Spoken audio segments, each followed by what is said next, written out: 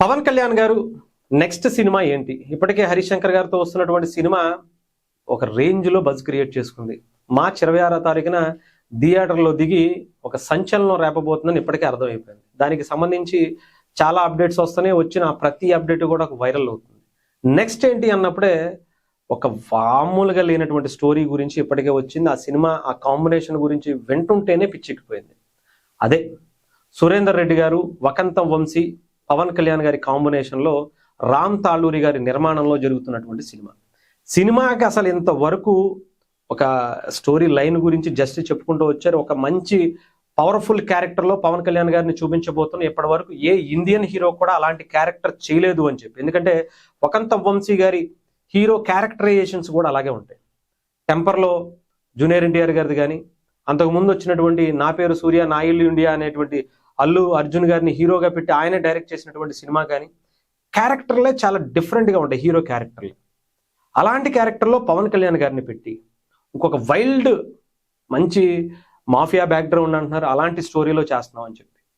దీనికి సంబంధించి ఇంకొక అప్డేట్ వచ్చింది. అది రేపు 19వ తారీఖు సినిమాకి సంబంధించి పూజా కార్యక్రమం అది చేసి స్టార్ట్ చేస్తా ఉంటున్నారు. నెక్స్ట్ సంక్రాంతికి రిలీజ్ చేస్తా ఉంటున్నారు. కాకపోతే మిగతా క్యారెక్టర్ల గురించి ఎవరెవరు చేస్తారనేది వింటా ఉంటే కొన్ని వార్తలు వస్తూ ఉంటే మెంటల్ అంటే మామూలు మెంటల్ కాదు.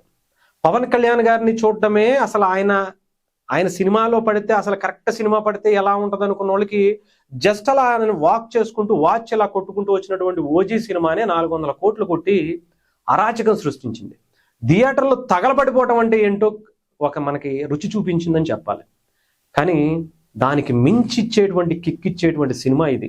సురేందర్ రెడ్డి గారి కిక్ సినిమా కావచ్చు, లేదంటే రేసు గుర్రం కావచ్చు, ధృవ సినిమాలు ఒక హాలీవుడ్ రేంజ్లో చూపించేటువంటి టెక్నికల్ వాల్యూస్తో స్క్రీన్ ప్లే అయింది. అలాంటి దాంట్లో పవన్ కళ్యాణ్ గారు ఇలాంటి క్యారెక్టర్ ఇచ్చేటువంటి వకంతం వంశీ గారు రైటర్గా అసలు టెంపర్లో మనం చూస్తే అసలు ఆ మాటలు చూస్తేనే మెంటలెక్కిపోతాయి. ఆ స్టోరీకి సంబంధించినటువంటి హీరో క్యారెక్టరైజేషన్ చూస్తేనే పిచ్చెక్కిపోతాయి. పవన్ కళ్యాణ్ గారు ఉన్నారంటేనే ఒక రేంజ్లో కనిపిస్తుంది. అలాంటిది ఆయనతో పాటు ఆయన తమ్ముడు క్యారెక్టర్లో విజయ్ దేవరకొండ అంట.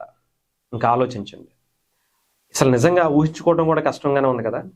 విజయ్ దేవరకొండ గారు ఈ మధ్యన చేసినటువంటి సినిమాలు, అర్జున్ రెడ్డి కావచ్చు, ఆ తర్వాత వచ్చినటువంటి సినిమాలు కావచ్చు, మొన్న వచ్చినటువంటి సినిమా కావచ్చు, అసలు రేపు తీయబోయేటువంటి సినిమాల గురించి ఆలోచించుకుంటేనే ఆయన ఒక రేంజ్లో వెళ్ళిపోయాడు.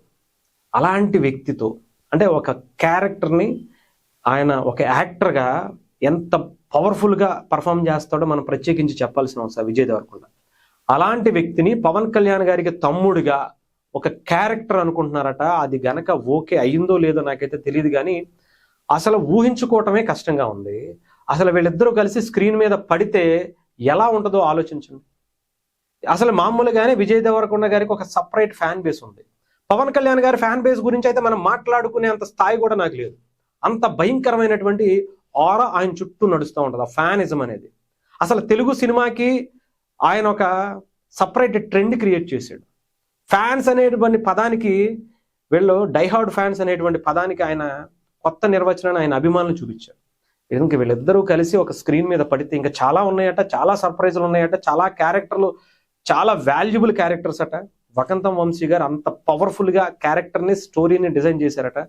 ఊహించుకోవడం కూడా కష్టమే. ఇది గనక నిజం అవ్వాలి, మెంటల్ అంటే మెంటల్ ఎక్కిపోద్ది, మామూలుగా కాదు.